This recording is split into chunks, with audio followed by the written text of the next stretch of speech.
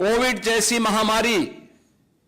जो दुनिया की अब तक की सबसे बड़ी महामारी के रूप में जिसका संक्रमण पूरी दुनिया ने झेला है, इस महामारी के दौरान आपने देखा होगा कैसा शासन, कैसा प्रशासन अपनी जान की परवाह के बगैर अल्प वेतन भोगी कर्म कार्मिक भी प्रत्येक के मन में एक ही भाव था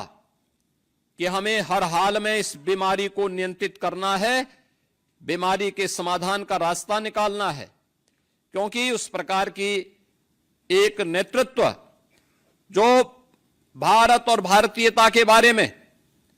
अपने नागरिकों के बारे में एक संवेदनशील तरीके से सोच सकता हो, उस प्रकार के भावनाओं से उत्प्रोत हो,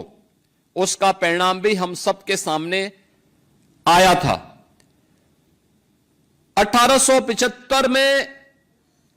रचा गया यह गीत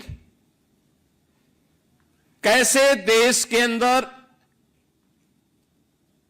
आजादी के मंत्र को आगे बढ़ाने में सफल हुआ, यह किसी से छुपा हुआ नहीं, यह केवल एक आजादी का गीत नहीं रहा। इसमें किसी एक व्यक्ति, किसी जाति, किसी मत, किसी मजहब, किसी क्षेत्र या किसी भाषा को लेकर के, अक्सर आप देखते होंगे कि इस प्रकार की रचनाओं में, इस प्रकार की कृति में किसी एक वर्ग विशेष को महिमामंडन करने का प्रयास रहता है। लेकिन वंदे मातरम इस पूरे गीत में अगर आप देखेंगे,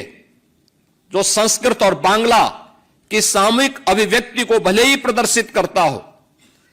लेकिन इस संपूर्ण भारत को एक राष्ट्र माता के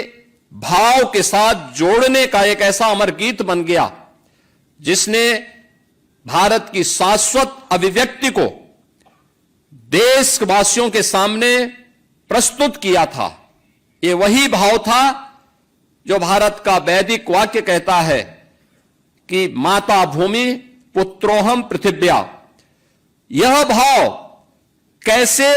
सहज और सरल तरीके से प्रत्येक भारतीय के मन में इसकी अमिट छाप छोड़ी जाए, वह उस रूप में हम सबको देखने को मिली। और जब विदेशी हुकूमत ने 1905 में बंग भंग के माध्यम से भारत की भुजाओं को काटने का दुस्साहसिक निर्णय लिया था, उस समय भी इस गीत ने पूरे भारतवासियों को एकजुट होकर के इसका प्रतिकार करने की एक नई प्रेरणा दी।